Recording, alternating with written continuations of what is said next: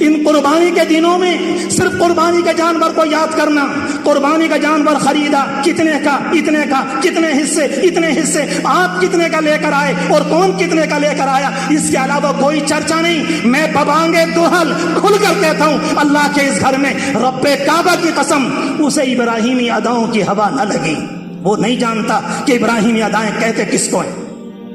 یہ کیا بات ہوئی؟ جس اللہ کے بندے کے نام پر قربانی کر رہے ہو اس کا آگے پیچھے کا کچھ پتہ نہیں، اس کی تاریخ کا پتہ نہیں، اس کی دعوت کا پتہ نہیں، اس کے پیغام کا پتہ نہیں، اس کی کہانی کا پتہ نہیں، وہ کس لیے دنیا میں مارا پھر رہا تھا اس کا کچھ پتہ نہیں، کس طرح سے اپنی قوم کو سمجھا رہا تھا کہ اس کا کچھ پتہ نہیں، کس طرح سے اپنی قوم کو دعوت دی کہ اس کا کچھ پتہ نہیں، بس اس کے نامی پر ایک جانور لائے اور کاٹ کر چھٹی کر دی۔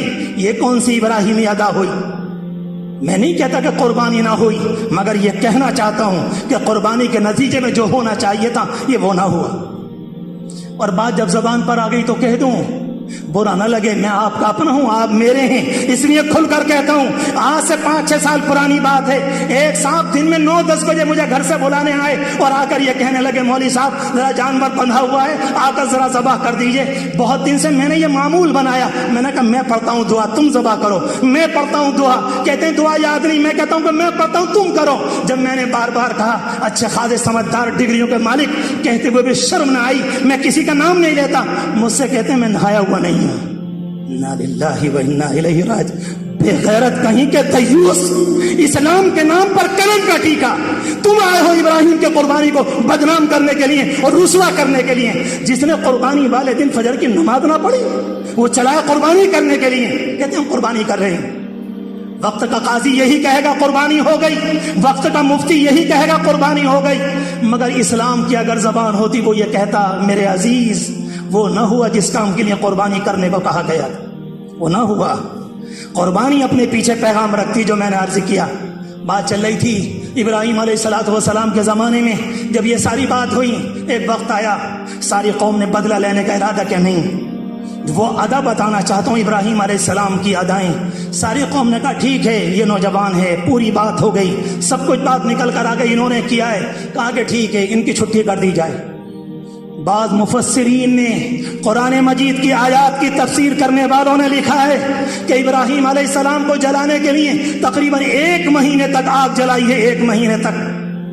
وہ علاقہ ترکی میں ہے اس زمانے میں، کسی زمانے میں عراق کا حصہ تھا، اس زمانے میں وہ علاقہ ترکی کا حصہ ہے۔ باقاعدہ ابراہیم علیہ السلام کو پھینکنے کے لیے جھولا ٹائپ کوئی چیز بنائی تھی، اور وہ پہاڑ کے اوپر وہ نشان آج تک موجود ہیں، اور اس کے سامنے جو چیز بنائی گئی تھی، قالوا بنوا له بنيانا قالوا بنوا له بنيانا فالقوه في الجحيم۔ قرآن کے جملے بتا رہے ہیں، لگ رہا ہے کوئی نہ کوئی عمارت بنائی تھی، اس میں آگ سلگائی گئی، اور کتابیں بیان کرتی ہیں کہ آگ اتنی خطرناک تھی اگر پرندہ گر جاتا تو اوپر سے جل کر نیچے کو آ جاتا، آگ اتنی خطرناک۔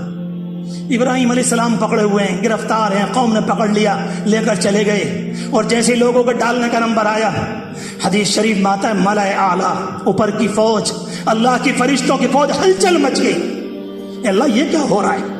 تیرا ایک بندہ دنیا میں تیرا نام لے رہا ہے، وہ ساری دنیا تیرے نام کو مٹانے پر تلی ہوئی ہے، اور تیرے ساتھ یہ کیا کرنے جا رہی ہے اس کی قوم تیرے بندے کے ساتھ؟ سب کچھ اللہ تعالیٰ کی بات اللہ کے دربار تک فرشتے ہر ایک تو نہیں پہنچتے، جبریل امین کے ذریعے کسی طرح سے رب العالمین تک بات گئی۔ رب العالمین تو علام الغیوب سب سے واقف ہے، سب سے واقف ہے۔ فرشتوں کو اجازت دے دی، جاؤ جاؤ جاؤ جاؤ، تم اگر کچھ کرنا چاہو تو کرو۔ روایت میں آتا ہے ہوا کا فرشتہ آیا، پانی کا آیا، موسموں کا نظام کا چلانے والا آیا کہ ابراہیم بندہ حاضر ہے، کیا چاہتے ہو، کیا چاہتے ہو؟ کہا کہ اگر تمہارا اشارہ اور اجازت ہے، اگر تمہاری اجازت ہے تو ایسی ہوا چلا دوں کہ ان کی ساری آگ 1 منٹ میں ٹھنڈی ہو کر جا پڑے، اگر تم اجازت دے دو۔ اس کے بعد پانی کا آتا ہے۔ ابراہیم علیہ السلام کے یقین کو جانو میرے عزیزو، اس قربانی کے دن میں اس کو تازہ کرو، اس کو تازہ کرو۔ وہ کہتے ہیں اللہ کے بھیجے ہوئے آئے ہو، یا اجازت کی بات بھی ہے؟ کہا آئے تو اللہ کے بھیجنے سے، مگر ہم سے یہ کہا گیا ہے ابراہیم سے پوچھ لینا پہلے۔ کیا جملہ ہے اللہ کے بندے کا!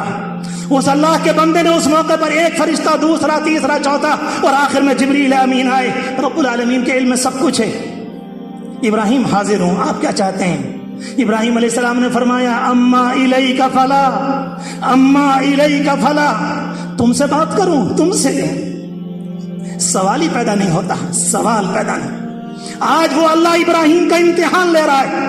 اس اللہ کو معلوم ہے کہ پکڑنے والوں نے پکڑ لیا، گرفتار کرنے والوں نے گرفتار کر لیا، آگ بھڑکانے والوں نے آگ بھڑکا دی اور پھینکنے کا جھولا تیار ہو چکا، وقت قریب ہے، مگر میرے اللہ کو سب کچھ معلوم ہے، اس سے کوئی چیز چھپی ہوئی نہیں ہے، وہ میری حقیقت سے واقف ہے، کچھ نہیں۔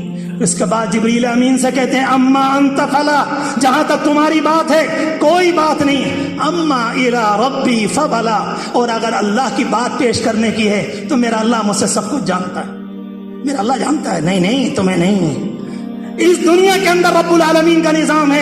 ابراہیم علیہ السلام کو یقین تھا اگر مالک چاہے سب کو تباہ کر دے، مالک چاہے زمین کو الٹ دے، مالک چاہے سب کو اندھا کر دے، مالک چاہے سب کے ہاتھ توڑ دے، مالک چاہے انہیں یہ نہ کرنے دے، مالک اگر چاہے تو یہ نہ کرنے دے، یہ نہ کرنے دے، یہ نہ کرنے دے، وہ سب کچھ جانتے تھے۔ جب اللہ کو سب کچھ پتا ہے، میں اپنے اور اللہ کے بیچ میں کسی کو کیوں لوں؟ یہ ہے قربانی کا سبق، یہ ہے قربانی کا سبق۔ اور اگر برا نہ لگے تو کہہ دوں یہ تو کبھی حاشیہ خیال میں بھی نہیں آتا، یہ تو کبھی حاشیہ خیال میں بھی نہیں آتا، کبھی ذہن و دماغ میں، کبھی خواب کے اندر بھی نہیں آتا کہ ایسا ہوتا ہے۔ اور اس کے بعد ان لوگوں نے لیا، ابراہیم علیہ السلام کو ڈالا، اور ابراہیم علیہ السلام آگ میں پہنچے، اور اللہ تبارک و تعالی جانتا ہے میرا بندہ ابراہیم، اس نے تو ہاتھ میری طرف بڑھایا ہے۔ اس لیے قرآن مجید کی آیت کو سنو، قرآن مجید کی آیت کو دل میں بیٹھا ہو۔ اس زمانے کے اندر، جس زمانے میں قوم لوط کو تباہ کیا، فرشتہ آیا زمین کو اٹھا کر تباہ کر دیا، کسی زمانے میں ایک چیخ ماری فرشتے نے آ کر اس قوم کو تباہ کر دیا، کسی موقع پر سیلاب آیا، کسی موقع پر کچھ کیا، لیکن جب ابراہیم علیہ السلام کے لیے آگ کو ٹھنڈا کیا، جبریل امین نے نہیں، فرشتوں نے نہیں، فرشتوں کے سردار نے نہیں، سارے ملائے اعلیٰ فرشتوں کی فوج نے نہیں، رب العالمین کہتا میرا ابراہیم میرے اشارے کے بغیر تیار نہ ہوگا۔ قلنا یا نار کونی،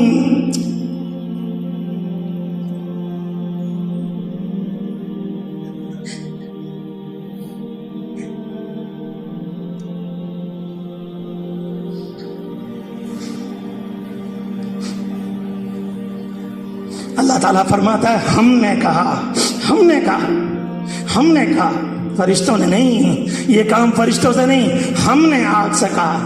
اللہ اکبر، کتنا پیار ہے اللہ تعالیٰ کو اپنے بندے ابراہیم پر۔ ہم نے آگ سے کہا کہ جاؤ ٹھنڈی ہو جا، بالکل۔ وہ سارا کیا ہوا، اس کے بعد مجمع بدل گیا، منظر بدل گیا، حالات بدل گئے، قصہ یہ ختم ہو گیا۔ ابراہیم علیہ السلام وہاں سے نکلے۔